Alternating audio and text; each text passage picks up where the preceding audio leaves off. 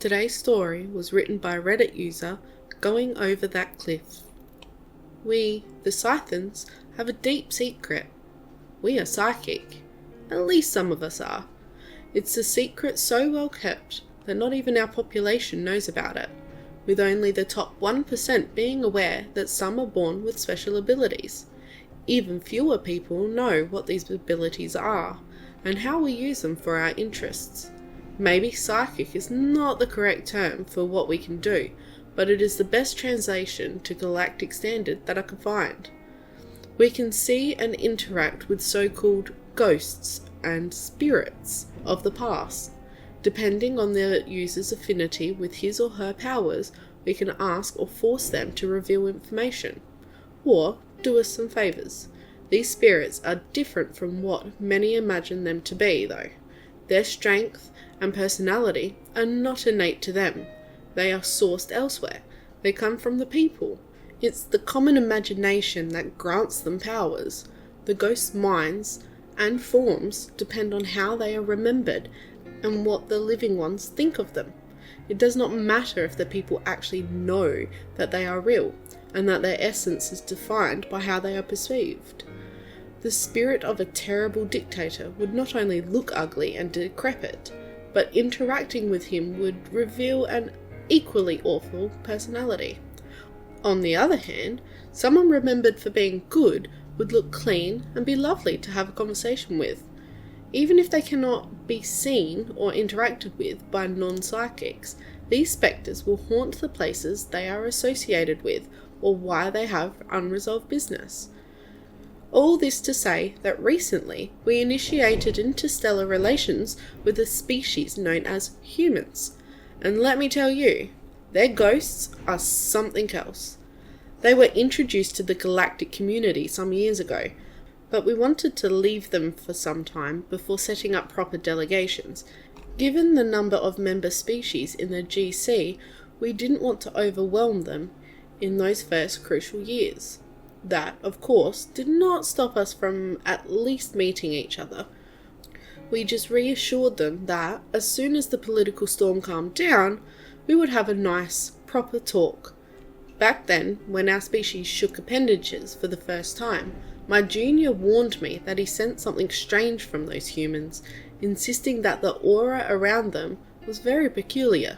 Originally, I dismissed his concerns, thinking that his inexperience was talking instead of his brain, so I dispatched a better trained Esper to take a good look at them.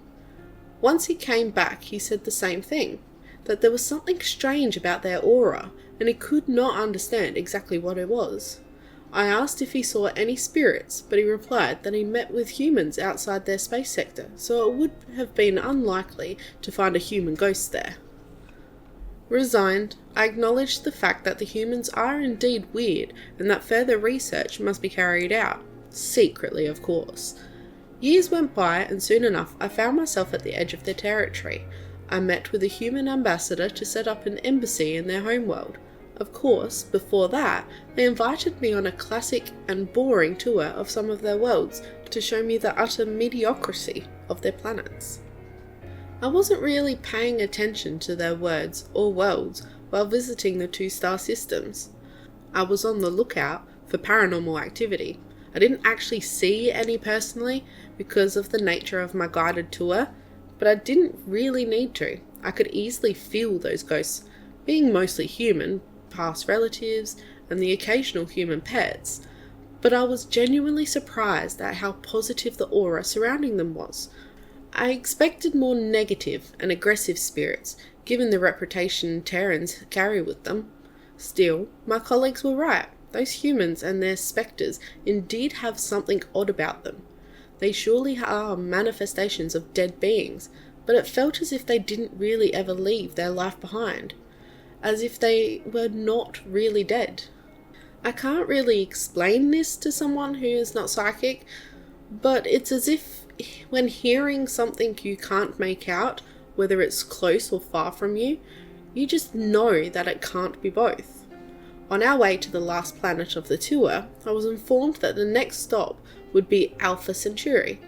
Apparently it's of great significance to humans, having been one of their first colonies outside their home system. I was strangely excited to see what kind of ghosts I would finally find there. As soon as we exited hyperspace, I felt almost overwhelmed by the aura in this star system. I was sure a very strong spirit was somewhere nearby, but that was strange. One would expect ghosts to be on or near a planet. Certainly not there, just outside the system's electromagnetic sphere. I was then hit by a strong mental attack, but that as well was not normal. It was not like any other psychic phenomenon I had ever experienced, both in training and on the field.